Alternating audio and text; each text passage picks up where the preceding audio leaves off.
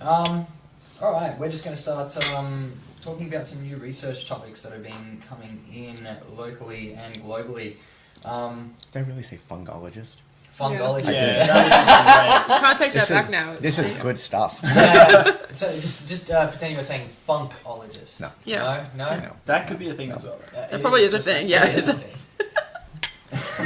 In that shirt, it definitely is. Thank a you, thing. yes. That's a Yeah. funkology shirt. Are you unbuttoning those as you go along, or has that just been? It's happening naturally. Oh, that's good. It's it's just for the internet. So first piece of research we have here from Hill et al. 2016, Australian Veterinary Journal. Crocodylus porosus with squamous cell carcinoma. So that's a saltwater crocodile Yep, with skin cancer. with skin cancer. Now, just a bit of background here. Squamous cell carcinoma, pretty uncommon in reptiles. No, No, I've heard it's mainly in snakes. no. We see it quite a lot in bearded dragons. Really? Yep, and that's probably whether It's just a reporting issue. probably. Yeah. Yeah, I've definitely squamous cell carcinoma, third eyelids in particular. I've diagnosed it a number of times, and that's by histopathology, not just by looking at it. So I think it's definitely there. It's probably just uncommon in the literature then, just like everything else in reptile medicine. Pretty much, and that's it. And I think that's exactly right. And so, have I written a paper on all those ones that I've seen? No, No, because absolutely, you just don't have time. So, so it is there, and Well, I mean, the interesting is despite farming of saltwater crocs, we still don't have many reports of neoplasia. Mhm. So they're probably there Yes. in large numbers. They're just not being reported at all. This is basically going Was to the quote. research done in captive or wild? I'm basically going to quote directly from here. It was a crocodile from Currambine Wildlife Sanctuary. Right. So okay. it's a wild-caught crocodile, estimated 40 years old, arrived at Currambine in 2003 from a commercial crocodile farm in North Queensland. So it had been penned in a commercial crocodile farm. So, obviously there's a chance of, it's called some kind of pathogen being penned in with that many others. Or, it's come from the wild, who knows? Again, basically it's just muddying the waters. From North Queensland, brought down, and it had 3 circular 2 centimetre diameter pink pale raised firm masses on the left flanks and hind lids. So, suspected papillomas, basically suspected warts, effectively. Yeah. By 2011, a 2 to 3 centimetre diameter pink pale raised fleshy mass was observed on the first digit of the hind limb. Remained unchanged for 2 years. Over a 2-month period in 2013, the mass grew, became ulcerated, causing occasional bleeding, progressing to discomfort when weight bearing. The mass encompassed the affected digit and was cystic in areas and exuded pasty yellow material, yum yum, resembling an abscess. Because of the lesion's rapid growth, ongoing bleeding, and recent hesitation to use the limb, the crocodile was anaesthetized and the primary mass was resected. So that was the first record of squamous cell carcinoma when they did the histopathology. It came back, skin cancer. Mhm. Again, this probably happens more frequently than we know, but this 2016, in our lifetime, right now, is the first of. first So record. could this be potentially due to crocodiles living longer in captivity? That maybe it does happen more often, but crocodiles are dying He's younger. only I estimated Wild? 40 years old. Estimated 40 You years also Okay, have to so- wonder if this has to do something with obviously environmental in terms of Environmental, exposure, yeah, you excess would have to exposure to wonder UV. with penning Yeah, increases virology, but Yeah. Well, without having so in captive bearded dragons, obviously we expose them to UV. yeah, We don't know how much UV they need anyway. But if you look at these captive crocodile or the farming sort of areas, you've got hundreds of them stacked upon each other. Yeah. No cover. Yeah. They're out there all day. getting full sunlight. Yeah, is that natural? Now they've got natural defense mechanisms. They've got really great ability to produce melatonins and even look underneath in their skin in the fat tissues. They've got a lot, and these are all protective mechanisms. So I'm wondering how much of it is going to be environmental and how on top much of it it. is. Yeah, Yeah, but again, it's interesting. Again, it's something that we don't really. no, know but it's too much a about. first of, and we're seeing a lot of firsts at the moment. Mm. So Yeah. I'm pretty. It's exciting times, but that's we need more people to report it and actually get some peer review literature out there so that we Well, know, again, the know about it. methodologies are coming forward with it as well. There was, until now, you've kind of just been doing slides and sectioning everything. and now we're starting to be able to do PCR screening or quantitative PCR, all that kind of stuff. Just to put it in perspective, there's a study from here from 89 crocodilian pathology specimens from 1901 to 2002 at Philadelphia Zoo Gardens, finding no evidence of neoplastic disease. So over 100 years, 89 pathologies, and they found nada.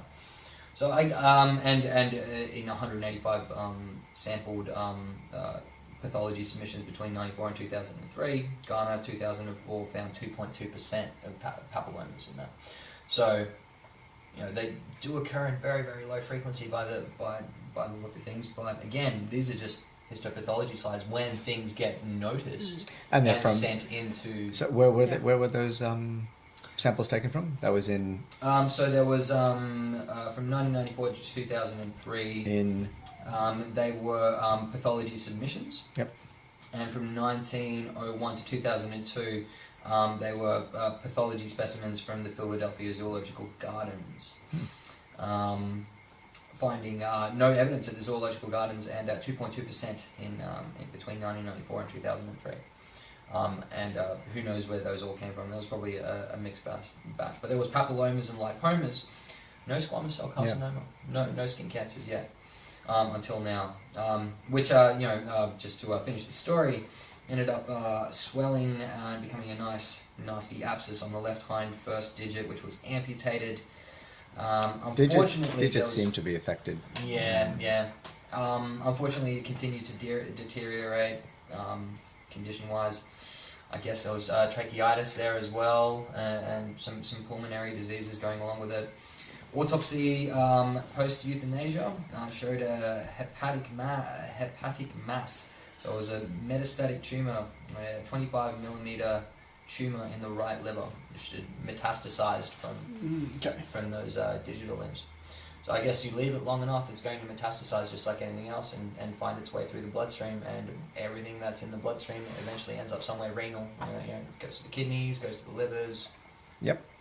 And liver is the next organ for all of them to find out. Even with our bacterial infections or fungal infections, you generally look at the liver and the kidneys because that's where it's going to settle out.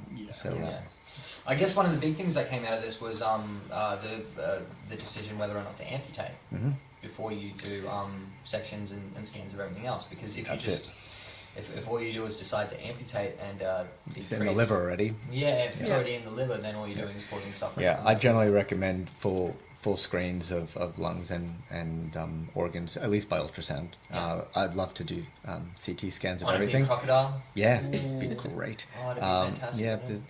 There's a few places out there that do them, and you do actually see these awesome images of crocodiles in particular. That you get these really awesome high quality images.